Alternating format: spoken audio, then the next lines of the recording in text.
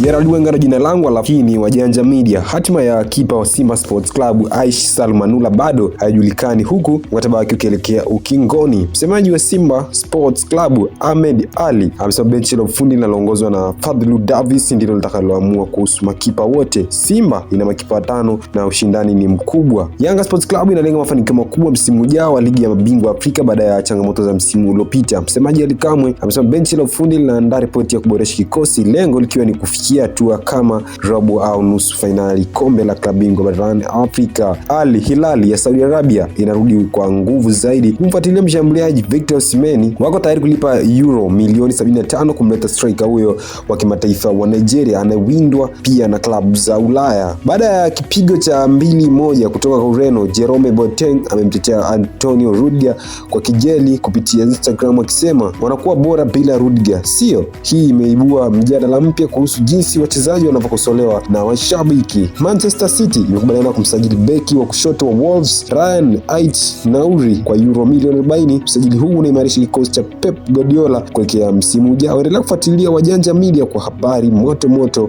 za michezo. Mimi ni Gerald Wenger. Usisahau kusubscribe, kulike, kushare bila kusahau kucomment.